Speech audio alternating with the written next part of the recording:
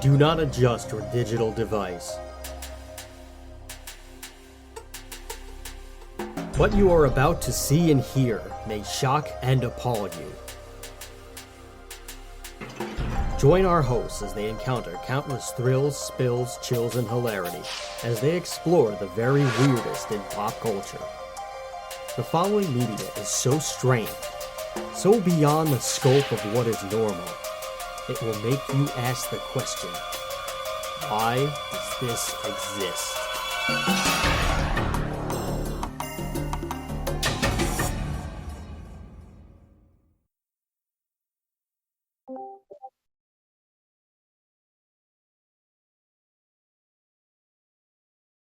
Hello, everyone, and fucking balls.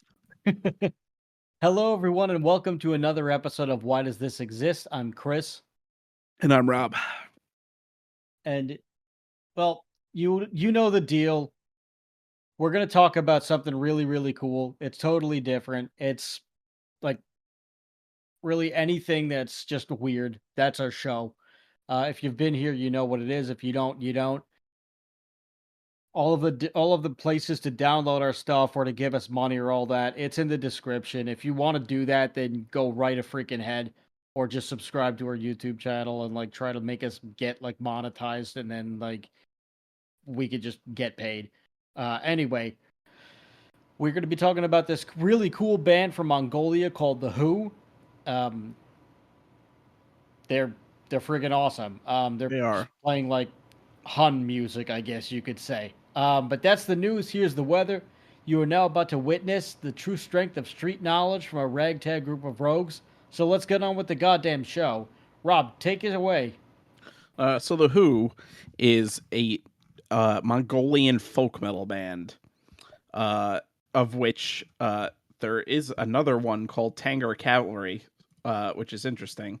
But The Who is, I think, more traditional. They use more traditional instruments, and they started in 2016.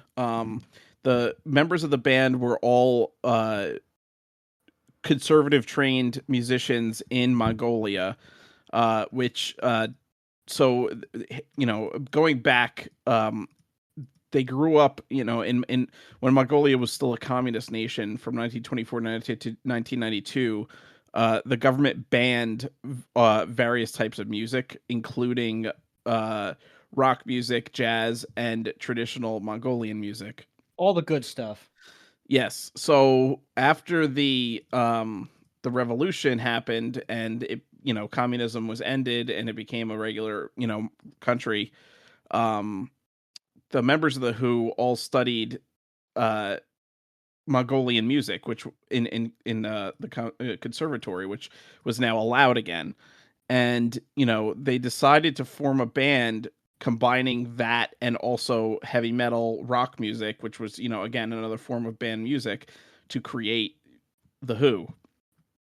And the Who is, it's a kind of like a double entendre, obviously, because like you have like the Who, like the British band that everybody knows, the Who, but their name actually is actually a Mongolian word for human beings. So it's like it's not just like a play on words. Like they actually are, like, it actually means something in Mongolian. Yeah, like, And I mean, the point is just to be as inclusive as possible, where it's like this music is for everyone. Yeah. So they formed in 2016, like I said, with a bunch of conservative trained classical Mongolian musicians. They started releasing videos on YouTube before they recorded an album, which was Juve Juve U and Wolf Totem. Wolf Totem is actually one of their more famous songs. It's kind of like their like signature song that they play live all the time.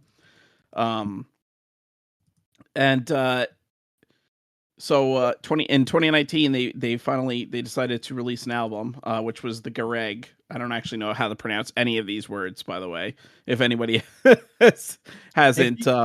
If you're Mongolian, please correct us. Yeah. And tell us that we're stupid Americans ruining things as usual. Yeah. Apparently, though, Gareg is actually a term for a diplomatic passport used during the time of Genghis Khan. I love So how they throw all of that history in there too. yeah, like so all of their lyrics, their music, all draws from Mongolian history from various different time periods. Yeah. And they're like very this band kind of blew up because like they just came out. They formed in 2016. Their first album came out in 2019, but by 2019 they were already doing. They did a remix of Wolf Totem with Papa Roach's lead vocalist. They also did a remix of Song of Women with Lizzie Hale of Hailstorm. They later recorded actually a cover version of "Sad but True" by Metallica, which they played live when I saw them live, and it was amazing. It was actually really Nice. good. And they were actually one of the 53 artists that participated in the Metallica Blacklist, which was a 30th anniversary album that featured various artists as a tribute to Metallica. Um, and they did the cover of "Through the Never." It was actually the 30th anniversary of uh, of the Black Album. So it was all covers of the Black Album songs. Well, that's cool. Yeah.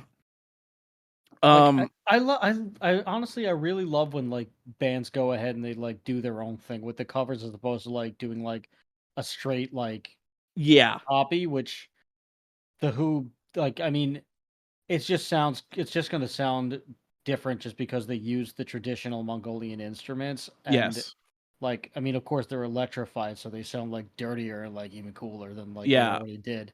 Yeah. I like also just super smart to just make the music videos first so that they have something that people can talk about for a while Yeah. and they can just kind of see them and like they weren't like they're not cheesy videos either. Like they're pretty damn good. Yeah. Well, it's kind of been like a become like a I want to say a trend in like the alternative rock metal genre now that a lot of bands are doing just singles because it's cheaper to record them, but you also get, with YouTube and stuff like that, you get more exposure from them than you would Yeah. if from like a regular album. So a lot of bands are just recording singles now before they even do an album, just Yeah, because it's which like that makes sense. I it mean, does, it there's does, it's also you could just like at this point because everything moves so fast and everything where like you do an album and like you do an album, you record the album, it's done. yeah, And then like nobody remember and then like people forget or like people move on to other things like really quickly. We're like if you milk the entire like you can milk the entire song so yeah. much longer and you can create that interest now where like they'll listen to the one song and they'll be like, "Man, I wish there were 2 songs." Well, it's Versus really expensive to record.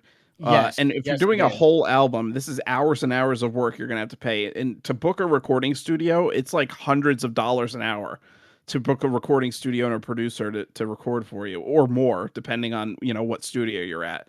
So for a band like a small up and coming band, sometimes it just behooves them financially to just do a single because they can focus Mhm. all their time and effort into making a really good quality single, and then putting that out there, getting more money, and then they have the money to go in and or even putting it out there just so they can get a record deal, and then having that money to go in and record a full album.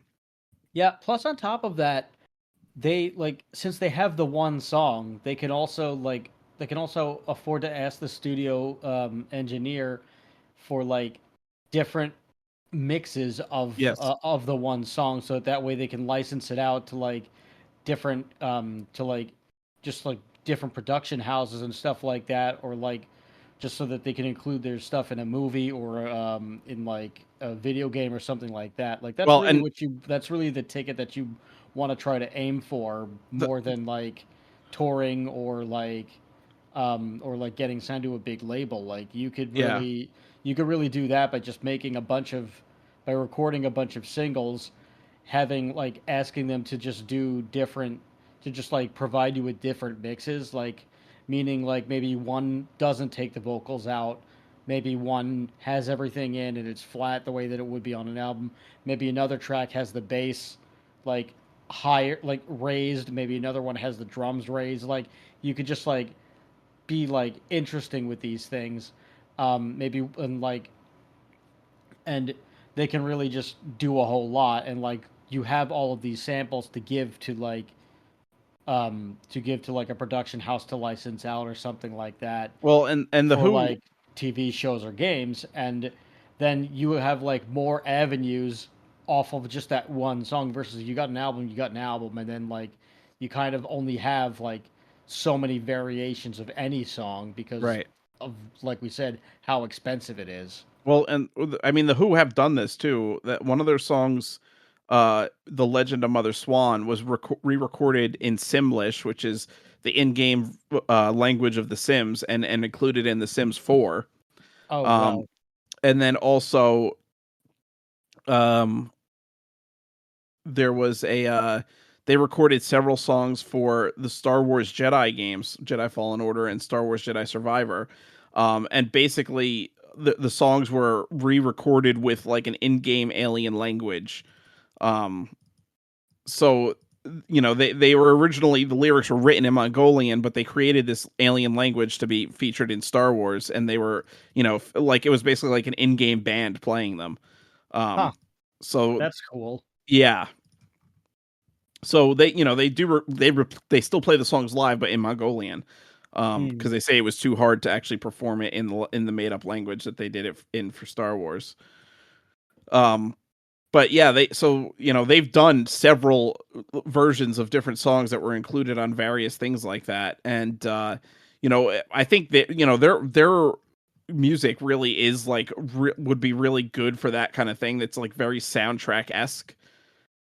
Um, they also, I believe, so obviously they're doing throat singing and the traditional Mongolian instruments, and I believe they're actually playing the traditional Mongolian scales, which is different than the tradition, like the Western 12 note scale.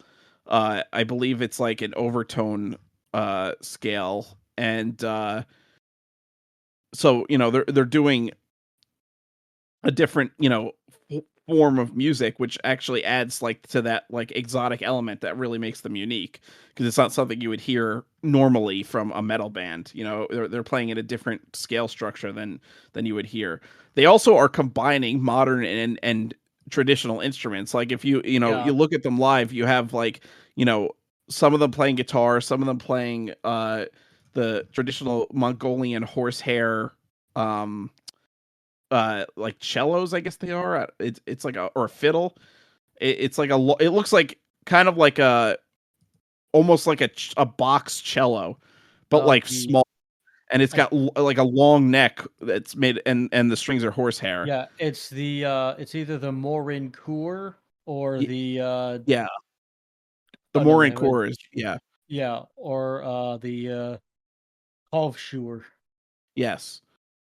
And then they're playing regular instruments, and plus they have traditional Mongolian drums. There's a percussionist that plays that, and then they also have like a regular traditional like drum kit. Yeah, So it's which those are the touring members, which is like yeah, which I mean, if you just see they already have a big sound to begin with, but like just adding these additionals, yeah, it is just so freaking cool. yeah. Well, Actually, they especially, would if they toured with Apocalyptica, that'd probably be amazing. yeah, it would be interesting, but I don't know how it would, like, because if Apocalyptica is playing regular cellos, they're like, the tuning is different than the Mongolian instruments, so it might Oh not yeah. actually work. It might Oh, not. I don't mean at the same time. I mean Oh, oh, oh, oh, like it should be a tour with them, and then also who the hell yeah. is the wait, is Apocalyptica the acapella one too, or is that somebody else? No, Apocalyptica is the cellos. Then who's the acapella metal band? I don't Because know. that would be good too. Yeah, I'm not sure. They'd actually be really good with like Trollfest, Oh who play yeah, traditional Norwegian instruments, or Finnish instruments rather. yeah, Um, that'd be so fun. I yeah, mean, that would be a very I gotta cool. friggin' see these guys. You have seen them I though. did see them actually inadvertently. I was going to see Megadeth, and these guys were one of the openers, and I have to say they stole the show.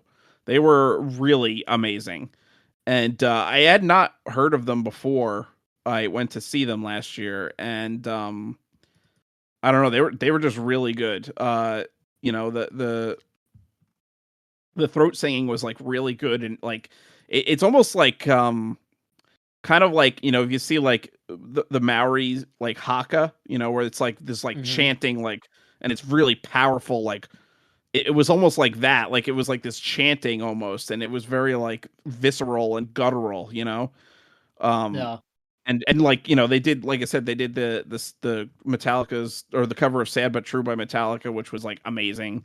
Um, and it was just a really good show that was really interesting, and they so the other bands playing were Five Finger Death Punch and Megadeth, and I really think that the Who just stole the show. Like, you know, they were a really hard act to follow because they were just, you know, just how interesting and good they were. Yeah. I mean, I mean, most of the time when like it's different and good, Yeah, it's like it's gonna turn heads, and it's also gonna be the only thing that people talk about yeah, just because it's just so wild. My favorite thing about them is the Tuvan throat singing because I'm always just like fascinated by stuff like that because like one, it is really hard to do. I don't know how to do that at all. Um, and all like it's like because what is it? It's like you're having both of your vocal cords work in, like you're having multiple vocal cords work in harmony as yeah, opposed to like apart because um normally when you're talking you're like your vocal you'll be using one vocal cord whether you're going higher or lower, and then the other one will switch when you're using another register. But like yeah, when you're doing the Tuvan throat singing, you're enabling several, I don't know exactly how many vocal cords we have, um yeah, but like you're enabling both the higher and lower vocal cords at the same time so that you yeah. get this reverberation and this echo effect of both of them, and it's really wild when you can do that stuff. Yeah, it's like a um haunting guttural sound, and it really works well with like a heavy metal like yeah, backing, because it's just very, it's perfect. almost kind of similar to like, you know, like death growl, like the, you know, like something that like Cannibal Corpse or something would sound like, but like not as gritty and dirty. It's more like harmonic than that, you know, and melodic. It's very interesting throat singing. Yeah, But it works really well with like I said, with the heavy metal, you know, yeah. Well, backdrop. also, and they throw in like the well, I mean, they have the proper name for it here. The the tumor her. But like Yeah, I mean, or you also call it a jaw harp, mouth harp, juice harp, or juice harp. yeah, Um, I don't know if I still have mine. I had a couple of like juice harps, jaw harps, like in college that like I occasionally would break out just because it was like really fun and cool to do. And yeah. I love that they threw that in there because I was always just like, you know, there's never any you never really like find a band that can like that throws a jaw harp in. I think every now and then you should. Just Sabbath because did. yeah, every once in a while they would. But I mean like besides that, there's not many I can think about. Jethro Tull maybe? I don't Maybe know. Jethro Tull. I mean, Sabbath did it on what is it? Behind the Wall of Sleep or Sleeping Village. I don't remember if it was I Behind the think it Wall of was Sleep or Sleep. no, I think it was Behind the Wall of Sleep. Yeah. So you know, that's early Sabbath. So that, you know, Yeah. they were doing that back in, you know, way back then, which, I mean, the Juice harp has been around for so long. It's, you know, it's one of those old instruments. Yeah. Um That's a neat one too anyway. yeah. Like it'll help you with like breathing control, with like breath control Oh, actually. really? Yeah, because the point of like playing because the point of playing a jaw harp is like it's coming from like the way that your breathing is resonating off of the like the twanger. I don't really know what it's called, Yeah. but like it's like because like otherwise it really won't make much sound, and you have to like, and it's specifically the air that's pushing it and the airflow and the direction that you want to manipulate the airflow. Right. So it can like it can do interesting things for your breathing. I don't know if it's like good or bad Yeah. for like your breathing, and I'm not saying that like it'll make you like be able to hold your breath underwater for 15 minutes, but like it'll give you breath control That's in that interesting. sense. Yeah.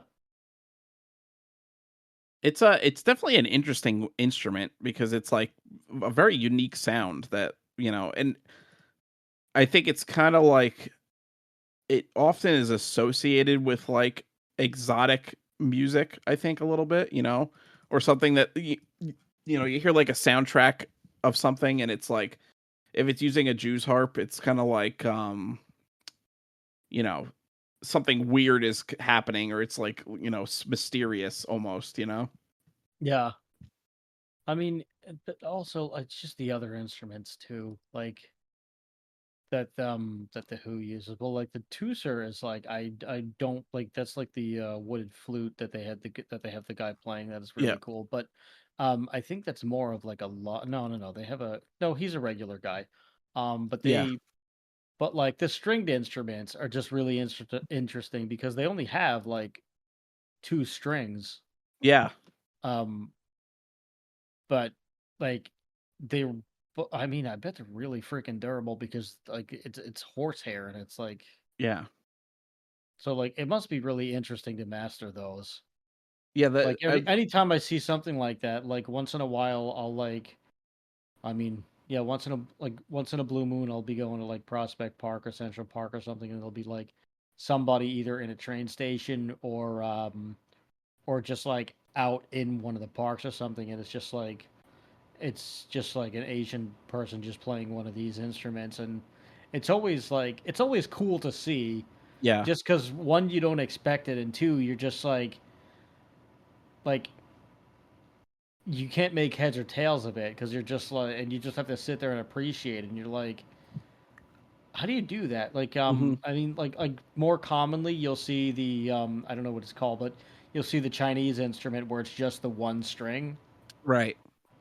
and like some like but and like he's playing it with like a reed and it's just like really it's just really neat to see that um not always like pleasing to for everybody, but I can sit there and I can appreciate it and I'm just like this, I bet whatever you're doing is really really good. And but also if I were Chinese I might know that that guy is a terrible player. But I don't know. Or they might be a master. I have no idea, but like I would like to just see how like other Asian people in the area would react, but usually they just don't react at all. So I'll never know if that person was any good at the instrument, but I appreciate that they were doing it. Yeah. I Uh haven't gotten it, a chance to see any of the Mongolian instruments though, and it would be really neat to freaking see that. yeah, and they actually have like custom made ones that actually look pretty Oh, they're badass. really nice. Yeah. It's a really unique sound and I feel like the Mongolian culture and music is not like very commonly, I mean, like nobody listened to or cited or anything like that I in mean, like nobody talks about it. Like no, there I it's mean, I don't even know how many Mongolian people are like living in America or in New yeah, York. Like like my friend's wife is from Kyrgyzstan, which is like around that area, but like yeah. not specifically. Like I guess it's Mongolia adjacent maybe. Again, I'm a stupid American and probably don't know my geography. So if it's like in the country, then like I'm sorry, I don't know my shit. I'm not good at geography. Yeah. Well, I mean, Um, it's a kind of a small country, and it's not oh, very it's a highly very populated. It's a very sparsely populated country. Actually, I think Mongolia. If correct me if I'm wrong, I'm not 100% sure. Mongolia might be like the most sparsely populated country in the world. I think really or it's up there on like the top 10 list because of like there's only like one or two cities in the whole country, and wow. uh, Oh for yeah, wow. Yeah, the Mongolian population is like barely is like just under 3.4 million. Yeah, and it's a huge country. So it's like people are like really and that comes from, for many centuries the Mongolian people were like nomadic tribes basically, Yeah. that just lived on the grasslands and they didn't really form into like large cities.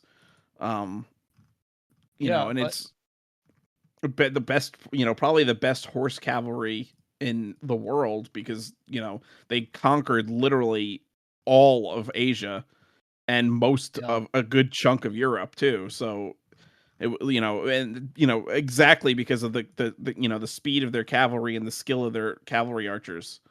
Yeah. Um, so it's they're very interesting people that is you don't really hear about too much except for like Genghis Khan's like conquests. Really, you don't Yeah. really hear much after that. Yeah.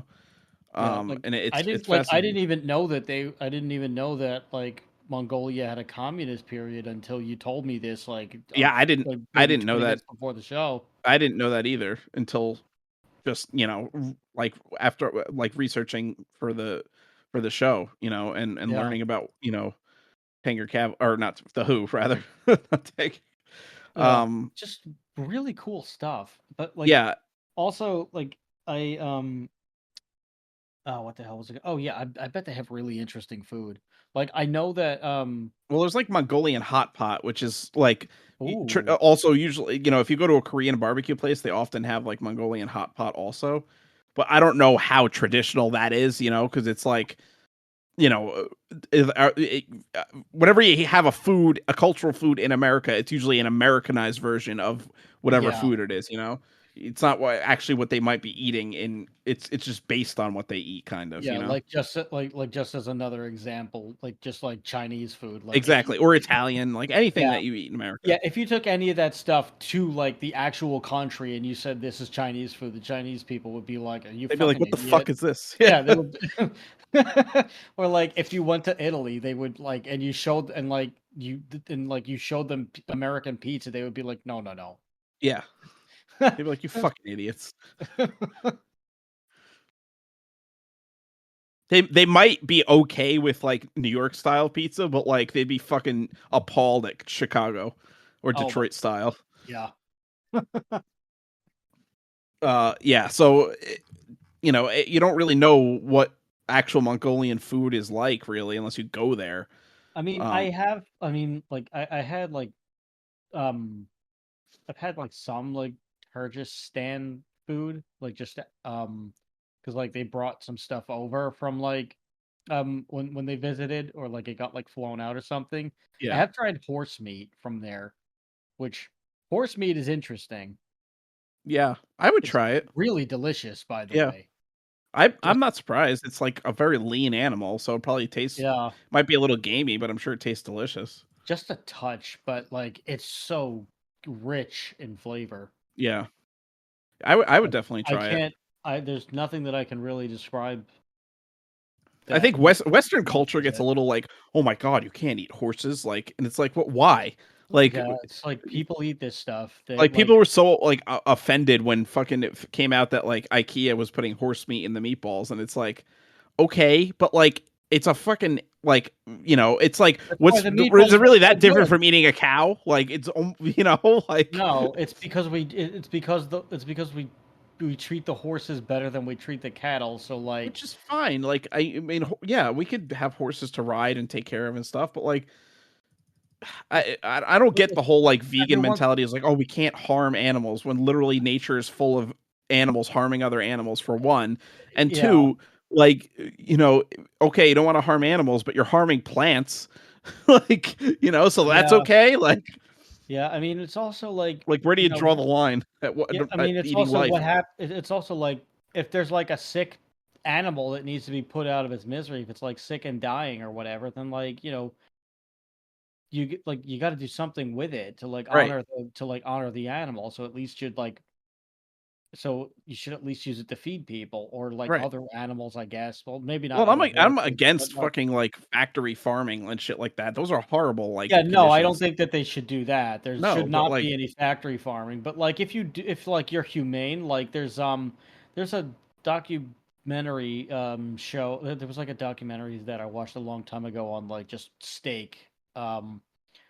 And like it showed this man in Spain who like raised his like he raised his like bull or oxen and like he has this like world renowned steakhouse and you know he raises his like he raises his bulls to maturity, and then of course he slaughters them and does what he has to do when they're old enough. But like he waits for he waits like many years for them to be like tough, and he like gives them like full lives out in the open, and Hmm. like just make sure that they're well fed, well maintained, they're beautiful animals, and he like truly treats these animals with the respect that they deserve. um, and he has one one older ox that he has this bond to it where he can't bring himself to, like, when that animal was old, when this particular ox was old enough to to be to be served, he couldn't do it, and he was just like, this one I'll keep, this one I'll Hmm. keep forever. Yeah. And that's just his friend. I mean, it's an odd way to look at things. It's an odd business, like in that sense. But he grew like he. It was like very beautiful. Where like he developed this like this bond and this kinship with this animal, Yeah. and he like and he raises them all the same, and they're beautiful. You could see the marbling on the meat and everything. Yeah. Um, and just what a like I know this is also like kind of weird, but we do it, but it's like such a beautiful cut, and like you could see the marbling on the meat and everything, and like he doesn't even need to like age them or like Hmm. freeze them or anything. Right. He just leaves it out to dry for like to like dry and cure for like 45 for like I think he like 45 to 90 days or something like that. Yeah. And he doesn't need, like, there's no seasoning, there's barely any cooking that's needed on this thing. Like you could eat it raw because of how like well he treated these animals, and that's the way that it should be done, to be honest with you. Yeah. Like the factory shit is really like it's really depressing, and it's got to go. It's like that's not the way you need to do things. Like Yeah. there's enough on this earth for like there's enough on this earth to feed everybody. There's no reason to like overproduce all that stuff. You don't like Right. it's not necessary, but we live in a society where like greed comes first, Y- unfortunately. we're living in a society. We're supposed to act in a civilized manner. It's a sick world we're living in. Sick people. Yeah. But to Uh. get back to, but I think Mongolian food is probably delicious. Yeah. Anyway, so we get back to the Who, which just like as we like mentioned before, that like people really do not mention or speak about, or even or are probably not very familiar with Mongolian history really outside of Genghis Khan. Hmm. Um, it's like the country recognized the Who, and they gave them Yeah. they gave them Mongolia's like biggest achievement, which I believe is called the Genghis Khan Award, yeah, the Order of Genghis Khan, Yes. because they raised awareness for Mongolia Yeah. inadvertently. Yeah. Well, I mean, they brought Mongolian culture all around the world because they've done Yeah. several world tours. And there's a lot of folk metal bands that, like, okay, they play like some of the folk instruments of their country, and like they might, they'll sing songs about their country, but a lot of times they're singing in English. And I Hmm. think, the Who is singing completely in Mongolian, and doing the traditional, throat singing, which, you don't see a lot of other bands. I mean, there are bands that sing in their respective language, like uh Kvelertak, sings in Finnish. Hmm. Finnish or Norwegian? I Uh, think they're Finnish, but I'm pretty sure they're Finnish. Oh no, they're Norwegian. So they sing in Norwegian. okay. Uh, but like it's not common for metal bands to sing in their language of origin. A lot of times they just switch to English so they can be more popular in America, or Yeah. or Western Europe. So it's pretty awesome that the Who is able to bring their culture, and completely bring their culture in, even in their own language, and to the West. And Yeah, I mean, I feel like you pretty much only really like you pretty much only really see like just Spanish musicians just like doing like songs in Spanish. Yeah. Like Well, like yeah, that's Spanish, really the but main even of what like you see.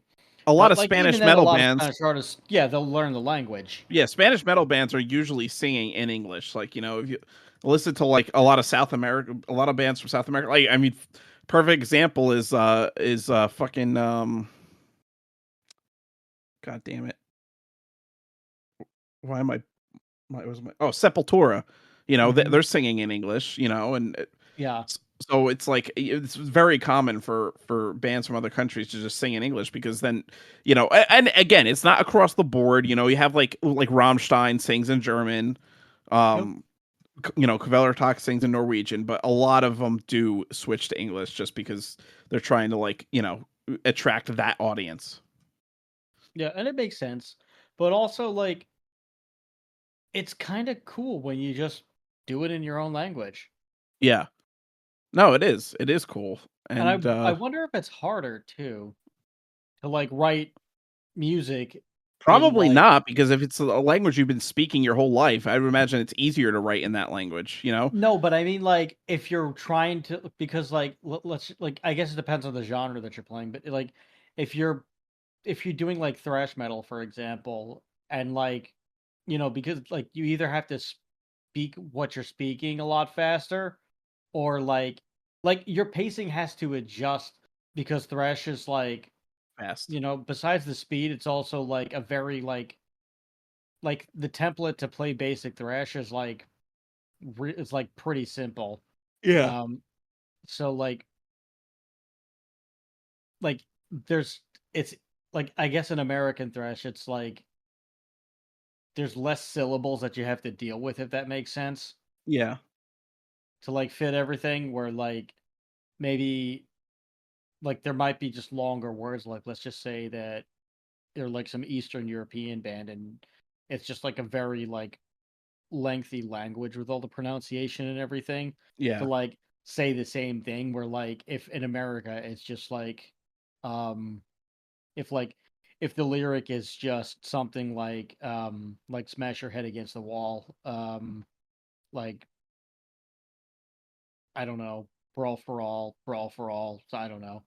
Um it might you might not be able to to you might not be able to do that in a certain in like other languages and like get the timing right for like the same riff is what I mean. Um but I don't know. You might just be able to say it faster and then it can work anyway. Yeah. So I may or may not know what the hell I'm talking about, but I guess it varies depending on like what language you're trying to write the music in. Yeah. But that might also make you more creative and you might come up with a way better riff anyway. Yeah. That's true. But again, at the same time, it's probably easier in certain aspects because it's a language you spoke your whole life. Hmm. But yeah, anyway, I mean, so the Who has toured America several times now. Um, like I said, I saw them with Megadeth. They've done collaborations with various big artists. They actually did. That was another avenue that I thought was smart with their marketing is that Yeah, like it wasn't even just like it wasn't even just the music video and singles things. It's that like for their next single, they would like start to reach out to like more well-known musicians, and they yeah, probably saved money.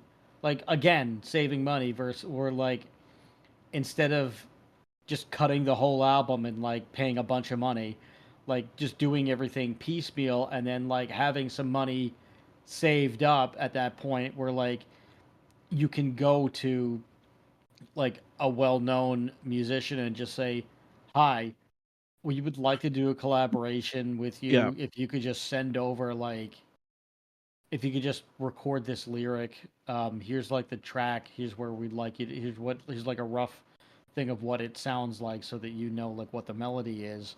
Um how much would that be? And then like you could pay whatever their like session fee is or whatever they want you to pay them. I'm sure some people may have even done it for free, Yeah. Well, but I mean, they've it's just really cool that they would go ahead and do that, and like it yeah. helps you. It like one, it helps them because they, well, I mean, they like might be able to like just simply because their names appeared on something, more eyeballs will be likely to find this, even if they don't promote it like in an interview. Well, I'm There's sure like they did. yeah, but I mean, not every collaboration gets like promoted. I don't mean like the Who. I mean like the one on the other end, whoever they collaborated with. Maybe they Well, don't always remember. I I would like to think I that they guess, but do, but I think they would because I'm sure it's not just like them reaching out and collaborating just like for fun. Like I'm sure there's like no, record labels involved in promotion I'm sure because there's like a especially whole lot of things. But I'm saying from like, they did a song with William Duvall from Alice in Chains and Surge from yeah, System of a Down. So I'm it's sure that like wasn't cheap. no. So I'm But sure I mean, they like, was it's promoted. easier in that sense. But like, even if I mean, like, even in, like speaking from like an independent artist, where like at that point it's easier for you to have saved things up, and you could just contact them or their management directly. If it's someone like well known like that, you would obviously contact their management and just say, "Hi, I'd like to like have this person collaborate on this stuff. We're a band from Mongolia. Like assuming that they give you the time of day, but you're also just like, hey, how much is their session fee? And also like because you didn't pony up so much money to do the album, you now have like probably a rough estimation, which is like close enough saved up, let's just say, for like certain people where like you're like ready to do that. Yeah. Um versus, oh sorry, I just spent $10,000 on an album. Would you mind collaborating? Because then it just becomes like a haggle and it's already off on the wrong foot. Um but it's another really cool avenue because when you have that next single out, then you already have that ready to go, and then you can just like you could start promoting it, and then like maybe they do, maybe they don't, um, but their name is already going to appear on that for like anyone just like searching for like stuff that they've like been part of, Hmm. and then they'll just be like, oh wait a minute, or like who's this? Like if you search System of a Down, for example, and then like you go through like the whole like album thing on like, and then it starts referring other songs that are like either like this or like that the bands are affiliated with, and then this thing with the Who pops up and you're like, what the hell is this? And then there's Surge on it and you're like, okay, is this like, but this isn't System. And then you check it out and you're like, who is the Who? And then you start going down that rabbit hole, and then that's how that works. So like Yeah. it's another interesting avenue to go. Like I like how they thought outside the box with these things, of Yeah. how they were trying to get their word out. And obviously, whatever they did was the right thing, was the right salute, was the solution for them, because this like they were able to achieve their dream in a very short amount of time. Yeah. Like we're talking like the first single slash music video to world tours within the span of 5 years. That's not an easy feat. Hmm. Like, I mean, I know like I know the singer like basically hand picked everyone from this conservatory, Yeah. um, but it's like just crazy. The fellow, his name is, I'm not going to be able to pronounce this well. The singer, Bayer Magne Dashka Dashtandog. He was like the producer, songwriter, and singer, and he's like he just handpicked these people from the conservatory, which I'm sure they were like he was like friendly enough with them anyway. But like just really ingenious. So like this guy had been planning stuff like this for the longest time, Yeah. and he was just like, how am I going to find these people? So he just went right to the conservatory. Yeah. Best place you could possibly find people who could do what you need them to do. It wasn't like he was just hanging out at bars, like just talking to people and then just like finding out, like, oh, okay, yeah, cool. You play guitar, I play guitar. I want to do this thing. Like, Hmm. it wasn't like that. or it Yeah. wasn't like, oh, a childhood friend and like, maybe we could do it, maybe we can't. Um, it was just like, I have a specific vision. I need to find people who can execute that vision exactly. Yeah. So I need to go to the conservatory where they are teaching people to do these things. And all he had to do at that point was just convince them, um, which is really the hardest part. And they were already musically inclined, so like that takes care of so many other elements. Yeah. Like, and then like just thinking about how like he already knew how he was going to market and get the music out, and you know, and also like in a way where it's feasible. So he knew exactly what he was doing. He probably had a lot of connections, like just from like just being who he is. Hmm. Um, because if you're a planner like that and you're doing it in this way and you're getting it to succeed in the way that it has, he absolutely had to have made connections for years. Just like, and maybe like what maybe like some people are like friends from like university where it's like, oh yeah, my friend who like studied cinematography, he like happens to work for like a big like Mongolian production house, so like we could get him to do, so like I'll talk to him and like maybe he could cut us a deal on the music video, like maybe something like, maybe there's some like things here and there, but he definitely knew what the hell he was doing. um Yeah. and like laid this plan out, probably like he probably had this idea for like a decade, and was like trying to figure out for like all 10 of those years to like how exactly he was going to do it. Knowing exactly when he was going to make, like doing heavy research and stuff like that. Like the gears, like all I'm saying is the gears weren't, it wasn't like he didn't come up with this idea overnight. He like, it was very calculated. Yeah. And if like, it's almost kind of like how like, um, it's kind of like how like the Wu Tang blueprint was basically like the RZA like coming up with like his whole like methodology of to how Wu Tang was going to take the music industry by storm, and he was like telling the other guys like, listen, you have to trust me. I know it's going to be crazy, but you got to trust me. You got to let this happen. You got to do it my way, and like I can take us to the promised land. And they trusted him, and like it worked. It had to have been something like the Who had to have been something similar, because Yeah. otherwise this doesn't work the way that it does. I don't see it unless there's like very heavy planning involved in everything that they did. Yeah. But yeah, these guys are fucking awesome. Like Yeah. I have nothing but like wonderful things to say about them, and Yeah. They really blew me away when I saw them. I have to see these guys. Yeah. Well, they're opening for Iron Maiden allegedly in 2024. So I don't know Oh, if they're going to be so on that Maiden tour or if they're going to be, this is like a separate leg or something. hmm. No, they're gonna be on that show. They'll be at the, yeah, okay, it's cool. So I have to freaking go to like to this tour then. Yeah. I hope that there are still tickets available at the Prudential Center. If not, then I will be very angry. Um, I'll be very, very angry if I can't go to this. But maybe I'll get lucky. Yep. Um, I I'm not gonna check now because I don't want to explode on the podcast if I don't get what I want. So Or- I will take the high-ish road for now. Um, Also concert tickets are so expensive now that like what like one of my friends had noticed is that like if it's not sold out the week of, it will like they'll drop the ticket prices drastically Yeah. just to like get butts in the seats.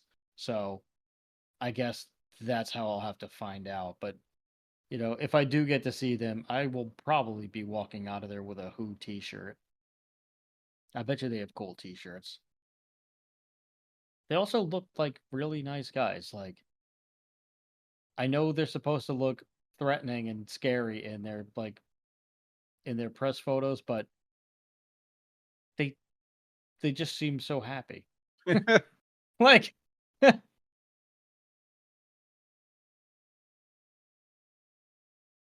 good for them. That's really all that I could say. The Who, good for them. I'm I'm happy. I'm happy that they can do everything that they've been able to do, and I hope that they can do this for like many many years. Yeah. Yeah, I hope so too. Do you have anything else to really add to this? No, just that they're really good, and it's cool that they are, have had so much success, and it's good, well deserved. So Yeah, I I that's hope that's it. I hope to see them in the future. And I mean, we've talked about how there's very few candidates for like arena rock bands after, after this current after like the bands that have been doing it for all these years, Yeah, like eventually retire, like your Iron Maidens, your Metallicas, etc. yeah, Um like I think the Who could be a contender to be like one of those like arena rock bands in the future. yeah, Um but I don't know how many others there are. Um I guess maybe Mastodon. I'm not sure. Um but arenas are going to be quite lonely. yeah, Um like once all these older bands retire. But that's a story for another day. yep. Um I I love listening to the Who. I've been getting really good workouts listening to them actually. Huh. Like it's really like motivating. I've noticed that I've like started kind of like doing like a stationary jig when I'm Oh, like sitting down on the machines, like just working out. Like, nice. yeah. So it's it's really cool. If you have not checked out the Who, please do so. Yeah, If you want to see them, you could catch them on the Iron Maiden tour, and I'm sure there will be many many other tours that they are parts of. Um, but yeah, this has been Why Does This Exist? I've been Chris. and I've been Rob. All right, and remember, question everything. Good night, everybody.